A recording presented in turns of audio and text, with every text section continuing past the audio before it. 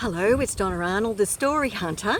I've just got a bit of had a thought, and I thought I'd like to share it with you guys, is how and other ways to find out about more information about your ancestors. So while we can go to the websites, subscription websites, and get their dates and their details, if you want to know a little bit more, something that I discovered because of COVID, I was sort of forced to, and I thought, what else can I do? I'd saturated what I thought that I had, and I actually what I call sideways. So a sideways step.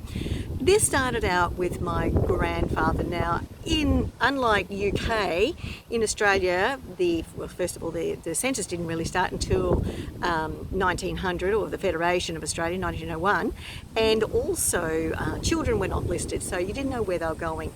Now, bits of information that I'd found out about my grandfather, that his father moved down to Victoria when he was just over 10, so he spent the rest of his life with his mother until childhood life, should I say, because the father never came back from Victoria, and he passed away another 10 years later.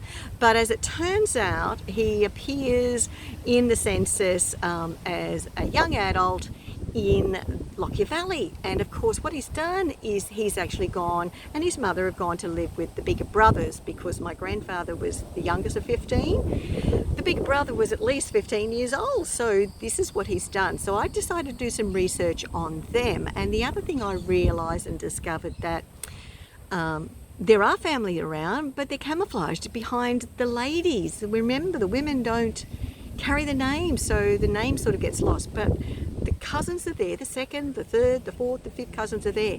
So there's a good tip. Go sideways. Check the great uncles and the great aunts and find out what other information, because I found so much more, and I now really have a story of my grandfather that I didn't know because of the limited information. So that's just a tip. I call it going sideways. You guys have a great day, and I'll catch you later. Oh, by the way, this house is the Mays Cottage, which was built in the 1880s. So one of the original pioneers of the Logan area. There's another house, which in another video and photos that I have of their original house built in the 1870s, which is just a little slab hut. They lived in that for about 15 years. So very interesting down here, and I'm sort of working on the principle that as I have pioneers in Beenleigh and Bethania, these people in that same era, these people may have known each other, would have heard of each other at least. But anyway, so I thought I'd just come down and have a bit of a squeeze. So that's the Mays Cottage, and it's free, open to the public if you want to come and have a look.